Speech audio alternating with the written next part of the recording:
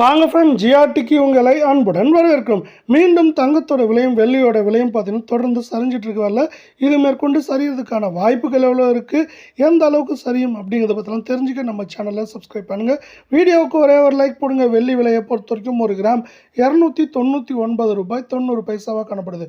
இதே வேலை ஒரு கிலோ பார்த்தீங்கன்னா 2,99,900 ரூபாய் அப்படிங்கிற சரிவில் நீடிக்கிற வேலை. தங்கத்தோட விலையானது பார்த்தீங்கன்னா அமெரிக்க பங்குச்சந்தை இப்போ வந்து 50,340 புள்ளிகள் அப்படிங்கிற அதிரடி ஏற்றத்தில் காணப்படுது. இது ஒரு முக்கியமான காரணமாக பார்க்கப்படுது தங்கம் மற்றும் வெள்ளியோட விலை சரிவுக்கு. அதே நேரத்தில் அமெரிக்க டாலரின் மதிப்பு 90 ரூபாய் 45 பைசா அப்படிங்கிற சரிவில் காணப்படுது. 92 ரூபாய் 6 பைசா வரைக்கும் போனது இப்போ சரிஞ்சிருக்கு. இதுவும் ஒரு நல்ல காரணமாக பார்க்கப்படுது.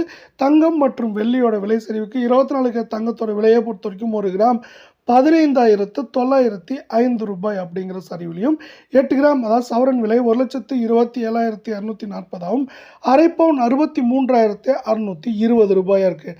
தங்கம் மற்றும் வெள்ளியோட விலை மீண்டும் சரின்னு ஆசைப்பட்டீங்கன்னா நம்ம வீடியோவுக்கு ஒரே ஒரு லைக் மட்டும் போடுங்க. தங்கத்தோட விலையை பொறுத்த வரைக்கும் நம்மளுக்கு 616 ரூபாய் அப்படிங்கிற சரிவில் மீண்டும் காணப்படுது. இந்த சரிவானது மேற்கொண்டு தொடர வாய்ப்புகள் இருக்குது. கடந்த 1.5 நாட்கள் இந்த சரிவு இருக்கவில்லை.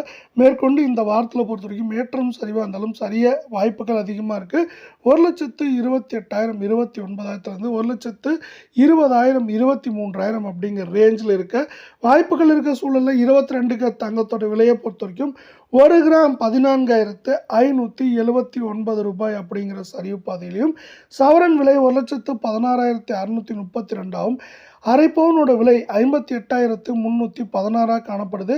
நீங்கள் நம்ம சேனலில் சப்ஸ்கிரைப் பண்ணலாம் கூட பரவாயில்ல. வீடியோவுக்கு ஒரே ஒரு லைக் மட்டும் போடுங்க. கடந்த 1.5 நாட்களில் மட்டும் 568 ரூபாய் அப்படிங்கிற சரிவு பாதையில் காணப்படுறது. மேற்கொண்டு 1,17,000 18,000 குறைந்தபட்சமாக 1,10,000 13,000 அப்படிங்கிற ரேஞ்சில் இருக்கிறதுக்கான வாய்ப்புகளும் சூழலும் மிக அதிகமாக காணப்படுது.